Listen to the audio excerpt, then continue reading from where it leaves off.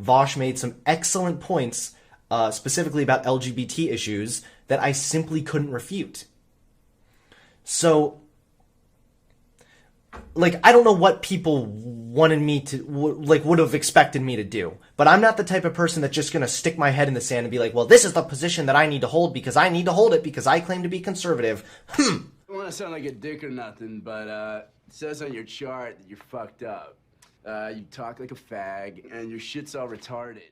This guy sucks. Hunter Avalone, or Avalone, even the way he says his name is pretentious. He is a grifter. And guys, you know I don't like to punch right, and I'm not one of these guys who tries to grow his channel by attacking bigger channels. In fact, everything I've ever done on YouTube has had the opposite effect. It has lost me subscription. It has cost me views, but I'm okay with that. In fact, I'm proud of it. I'm a true believer, and I'm proud to have been part of something massive. Guys, when I first started doing these videos, back in the day when I was doing videos with Dapperton and channels like Poseidon, we were part of something big. We're part of an organic right-wing revolution that for the first time ever offered counter-narratives, offered rebuttals to the lies and propaganda being promoted by the mainstream media that exposed the craziness that was happening on our college campuses, the indoctrination, the smear pieces being put out by the left-wing media. We were doing all of those things on YouTube, and with every revolution, you have a counter-revolution. And the empire struck back. By the empire, I mean YouTube, the big tech companies, the left-wing rags. They all started to attack. They demonetized our channels. They shut down many channels completely.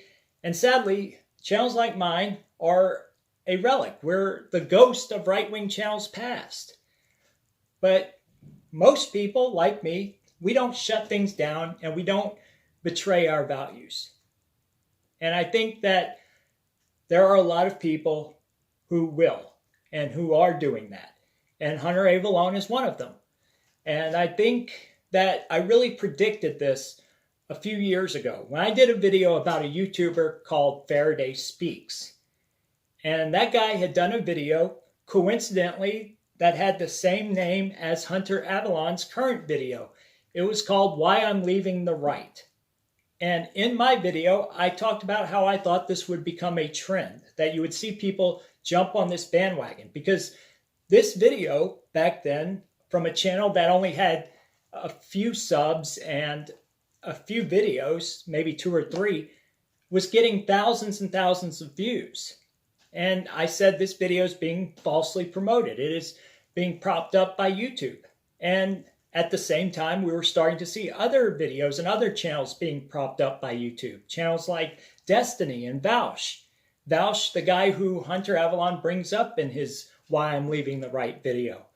So I want to talk about this, about BreadTube, and show you guys a little bit more from Hunter Avalone, these paper-thin reasons he gives for why he's leaving the right. And we'll start with that, his reasons. I have always taken pride in the fact that this channel is authentic and genuine. What you see on camera, the positions that I support, are positions that I truly hold. And so I basically come to a point where I'm like, I no longer agree with the right on LGBT issues. I no longer agree with some of the far right's ideas on black people or on whether or not this country is supposed to be a white country only or something. And I had to kind of think to myself, the purpose of this channel was for me to talk and for me to share my authentic, genuine opinions. And if I no longer can do that out of fear of pissing off my audience or pissing off my fan base or losing subscribers or something, then this channel has lost all purpose. So one thing we hear a lot from Hunter Avalone in his last few videos is how he's an independent thinker and how his views are authentic. And of course, guys, everybody's views are authentic. The only person who has to say their views are authentic is the person who's trying to sell you inauthentic views. And if you don't believe me, look at these arguments he's making. These arguments about why he's leaving the right. That, oh, he disagrees with the right that America should be a white nation. Who said that? Guys, I'm about as far right as it gets. And I'm married to a Hispanic woman and have mixed race kids. I don't want America to be an all-white nation. And I honestly think that to say that, you might as well say the left want an all-black nation because there are a few black nationalists on the left. These groups on both sides are inconsequential minorities, micro-minorities. And everyone on the right knows this. But the left love to accuse the right of being white nationalists or Nazis. So he is using a left-wing trope to sell this to people on the left. Because everyone on the right knows this. Everyone on the right knows that we're not Nazis, that we're not a bunch of white nationalists. This is just a piece of propaganda, a talking point put forth by the media and left-wing YouTubers. A way to shut down debate. And he does the same thing with the trans issue. Check it out. Perspective, for example, on trans people has changed so drastically because I recognize that from a medical standpoint, from an academic standpoint, from even a scientific standpoint, being transgender is completely valid. It's not a mental illness, but it's an academic and scientific valid thing. So, two things here. First, this straw man argument he's making that comes straight from the left, and he knows better. I guarantee you he knows better because he's been on the right for a while. He's talked to people in his comment section. He knows the arguments that have been made. To say that the right doesn't think that trans people are valid is such BS. Nobody on the right says, oh, trans people aren't valid. Nobody on the right wants to take away rights from trans people. Okay? And he knows this, and it's so dishonest. There are some things we don't like or disagreements we have about the trans community and what's going on with the LGBTQ activist groups. And that's where our disagreements lie. And let me give you a perfect example of this. When Hunter Avalone makes this argument that, oh, trans people aren't mentally ill, they just have a medical thing. And I hope you caught how he said that. It's a medical thing. Well, that's semantics. Obviously, it's a medical thing. So what difference does it make if it's a mental illness or a dysmorphia or disorder? It's just semantics. And the fact is that I have PTSD, which is a disorder, right? It comes from me being in combat. And I don't want somebody saying, oh, you know what? You're cool, you're trendy, you should not go seek help. Nobody should be promoting PTSD to where kids want to go out and get PTSD. They want to go out in combat because PTSD is cool, right? You don't want that kind of thing being promoted. You should want somebody with PTSD to seek treatment. There's a reason our veterans have such high suicide rates, just like there's a reason why trans people have such high suicide rates. Now, if Hunter Avalone was going to be honest, he would say the right doesn't want trans people out there reading to kids, especially when many of these trans people have sexual criminal histories. That is a valid argument. That is true. We on the right don't want that. We don't want the LGBTQ thing being promoted in schools. You know, there are a lot of Christians on the right who disagree with that, but we don't think these people are invalid. And it's disgusting that he knowingly misrepresents us like this. I think the biggest reason why I'm leaving the right is that I was wrong about what I thought it meant to be right-wing. To me, conservative meant you want limited government, kind of keep the government out of your business, live your life freely, do what you want as long as you're not hurting other people. I recognize now that that is more along the lines of centrist, libertarian, I guess. So I don't watch enough of his videos to know if Hunter Avalone's always been this dishonest or if he's just really stupid. But everybody on the right knows that the right is a big tent term. And you can have people who are socially conservative and fiscally liberal, who are socially liberal and fiscally conservative, or both fiscally and socially conservative on the right. And anybody who has a basic political science knowledge knows that there is a compass, and you have the authoritarian right, the authoritarian left, the libertarian right, and the libertarian left. And then you have the center. And libertarianism has nothing to do with the center. It's as far away from the center as you can get. But I think Hunter Avalone knows this. I think he is deliberately trying to associate the whole of the right with the furthest of the extreme alt-right. You know, the left do this all the time. Everybody who is to the left of Mao is a Nazi. You know, so let's group everybody in with the most extreme of the most authoritarian far right.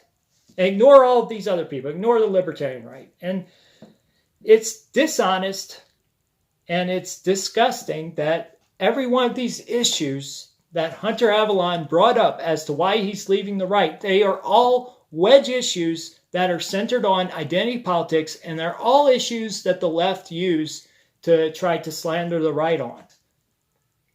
You know, earlier in the video, he talked about Vaush. Vaush is one of these bread tube guys, and these guys are fairly good debaters. You have Vaush and Destiny, and they're very good tactical debaters. They often make a lot of straw man arguments. They're dishonest, and they start from points that they know they can defend, and they try to keep their opponent on the defensive. They make arguments like when they're debating immigration, they'll say, oh, look, you know, these studies show that immigrants are less likely to commit crime. Well, sure. You know, there are places where immigrants commit less crime, and in general, most legal migrants commit less crime. But when you look at data from certain states, you see much higher numbers in illegal immigrant crime. When you look at just illegal immigrants, you see much higher crime rates. And the fact is that why would we let anyone in the country in the first place who aren't vetted to make sure they're not criminals? That's the standard argument. You know, so who cares if they commit less crime? If they're committing any crime at all, that should be something we talk about.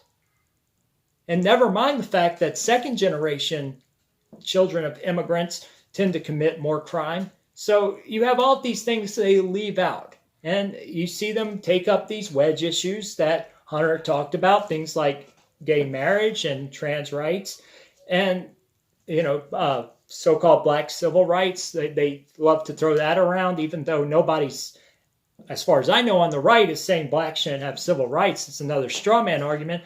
But again, these are arguments they're making that are straw man arguments. They are arguments they make that they say, oh, well, we're libertarian. We just want people to be happy, and we want what's best for these people that gives them the most amount of civil liberty, civil rights.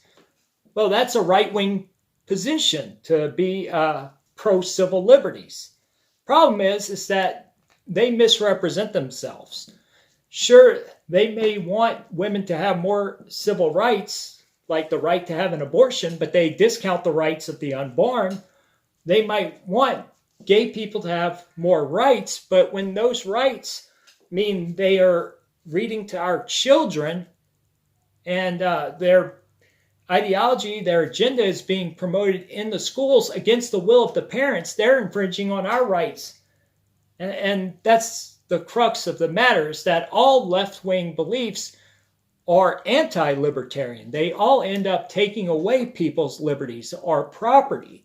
And even those who claim that that's not what they believe, people like Vaush and Destiny, they're either naive or dishonest, because at the end of the day, all left-wing ideologies always move towards authoritarianism.